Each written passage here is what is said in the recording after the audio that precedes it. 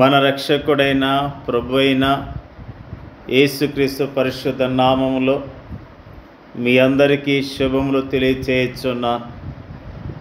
ఈరోజు బలపరిచే వాక్యము హగ్గయి గ్రంథము 2వ అధ్యాయము 5వ వచనము. మీరు ఐగుప్తు దేశంలో నుండి వచ్చినప్పుడు నేను మీతో చేసిన నిబంధనను జ్ఞాపకం చేసుకొనుడి. నా ఆత్మ మీ మధ్యన ఉన్నది కనుక భయపడకుడి. ఇజ్రాయేల్ ప్రజలు బబులోను బానిసత్వములో 70 సంవత్సరాలు నలిగిపోయినట్లుగా వాక్యము తెలియజేస్తుంది. ఇజ్రాయేలు ప్రజల యొక్క చరిత్రకు సంబంధించిన ఈ అంశములో మనకొక మంచి పాఠము ఉన్నది. బబులోను బానిసత్వములో 70 సంవత్సరాలు ఇజ్రాయేలు ప్రజలు నలిగిన తర్వాత యెరూషలేముకు తిరిగి వచ్చి దేవాలయాన్ని తిరిగి కట్టేందుకు వారిలో అనేకులను దేవుని ఆత్మ ప్రేరేపించింది. అయితే శేషించిన యూదులు నిరుత్సాహపడి ఆ దేవాలయం కట్టడాన్ని నిర్మించటము ఆపేశారు.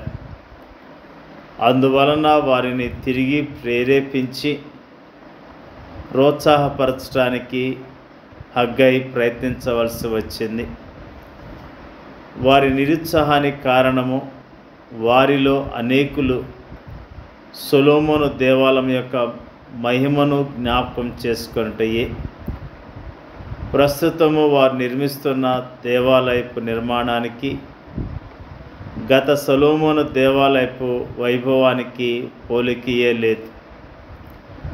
మొదటి దేవాలయపు ప్రారంభంలో శక్తివంతమైన దేవుని మహిమ దిగిరావటాన్ని గురించి వారు గతంలో విన్నారు. అయితే ప్రస్తుతం వారు నిర్మిస్తున్న దేవాలయ కట్టడంలో దేవుని సన్నిధి ఏమాత్రము బయలుపరచబడటం లేదు. అప్పుడు హగ్గయి ద్వారా దేవుడు వారితో నేను మీతో కూడా ఉన్నానని మాట్లాడాడు. అంతేకాక తన ఆత్మ వారిని ఎన్నడూ విడిచిపెట్టలేదని, ఈ సంవత్సరాలన్నిటిలో తాను వారితో ఉన్నానని దేవుడు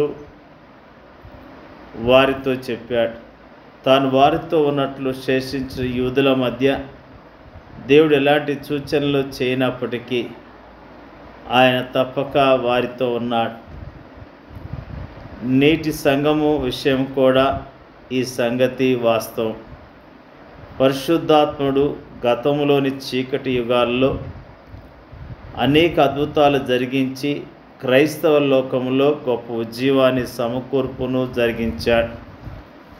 అయితే ఆ తర్వాత ఆయన సన్నిధిని గురించిన సూచనలు అద్భుతాలు అంతగా కనిపించినప్పటికీ ఆయన సన్నిధి మనతో ఉంది. ఆయన తన సంఘాన్ని ఎన్నడూ విడిచిపెట్టలేదన్నది ఆశీర్వాదకరమును మహిమకరమునైన గొప్ప వాస్తవము. ప్రేమైన దేవుని యొక్క ప్రజలారా, దేవుడు తన ప్రజలను మర్చిపోడు, తన ప్రజలను విడిచిపెట్టడు, తన ప్రజలను జ్ఞాపకం చేసుకుంటూ చక్కగా నడిపిస్తాడన్న విషయాన్ని ఈ వాక్యములో జ్ఞాపకం చేసుకుంటూ ఉన్నాం. దేవుని ఆత్మ మన మధ్య ఉన్నది కాబట్టి భయపడకుండా ధైర్యముగా విశ్వాసంతో మనము జీవించవలసిన వారమై ఉన్నాం. ఇజ్రాయేల్ ప్రజలు దేవాలయపు నిర్మాణము ప్రారంభించి ఆపివేశారు.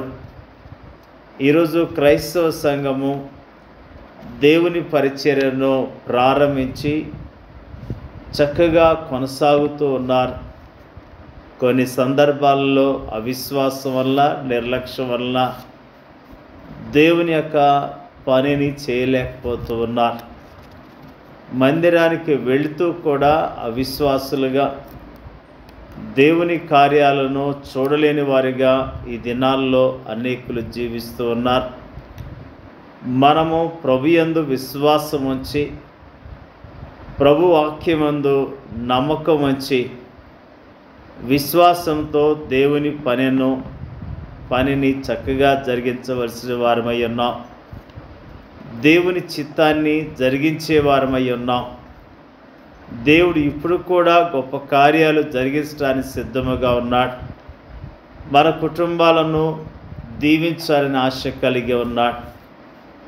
దేవుడు మన ద్వారా గొప్ప కార్యాలు జరిగించనై ఉన్నాడని మనము గుర్తెరిగి ఆయన పని చేయటానికి మరి విశ్వాసంతో ముందుకు వెళ్ళటానికి సిద్ధపడాలని ప్రభు నామములో తెలియజేస్తున్నా. ప్రభు పనిని కొనసాగిద్దాం, ఆయన మహిమపరుద్దాం, ఆయన కొరకు జీవిద్దాం. దేవునికి వాక్యాన్ని దీవించునుగాక.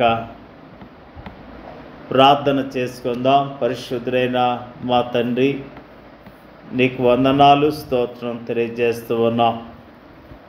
నీ ప్రజలను ఎప్పుడూ విడిచిపెట్టవని, నీ ఆత్మ మా మధ్యలో ఉంటుందన్న విషయాన్ని మాకు జ్ఞాపకం చేసినందుకు స్తోత్రం తెలియజేస్తూ ఉన్నాం. పరిశుద్ధాత్మ ద్వారా మమ్మల్ని నడిపిస్తూ ఉన్నారు, మమ్మల్ని బలపరుస్తున్నారు, ఆదరిస్తున్నారయ్యా. నీకు వందనాలు తెలియజేస్తూ ఉన్నాం.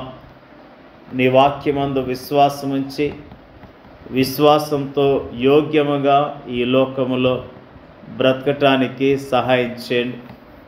నీ వాక్యము శక్తి గలది, నీ వాక్యము బ్రతికించేది కాబట్టి స్తోత్రం తెలియజేస్తూ ఉన్నాం. ప్రపంచవ్యాప్తంగా ఉన్న నీ సంఘాన్ని ధైర్యపరచండి, బలపరచండి. నీ సంఘము ధైర్యం తెచ్చుకొని విశ్వాసంతో గొప్ప పరిచర్యను జరిగించడానికి మీరే సహాయం చేయమని ప్రార్థన చేయించున్నాం. నీ సంఘము ద్వారా ప్రపంచవ్యాప్తంగా మీరు జరిగిస్తున్న కార్యాలను బట్టి నీకు స్తోత్రాలు. ఇంకా గొప్ప కార్యాలు జరిగించండి ప్రార్థన చేయించున్నాం. మరి ముఖ్యంగా ప్రార్థన చేయించున్నాం తండ్రి, నీ యొక్క పరిచర్యను చక్కగా జరిగించడానికి నీ కృపను నీ బిడ్డలందరికీ దయచేయమని ప్రార్థన చేయించున్నాం. వాక్యం ఇచ్చిన వారందరినీ దీవించండి, వారి అవసరాలు మీరు తీర్చండి, వారి కుటుంబాల్లో సంతోషము దయచేయండి, సమాధానము దయచేయండి, దీవెన దయచేయమని ప్రార్థన చేయించున్నాం. నీ కొరకు బలమైన సాక్షులుగా ఈ లోకంలో బ్రతకటానికి సహాయం చేయమని యేసుక్రీస్తు అతి పరిశుద్ధమైన నామములో అడుగుచున్నాం తండ్రి. ఆమేన్.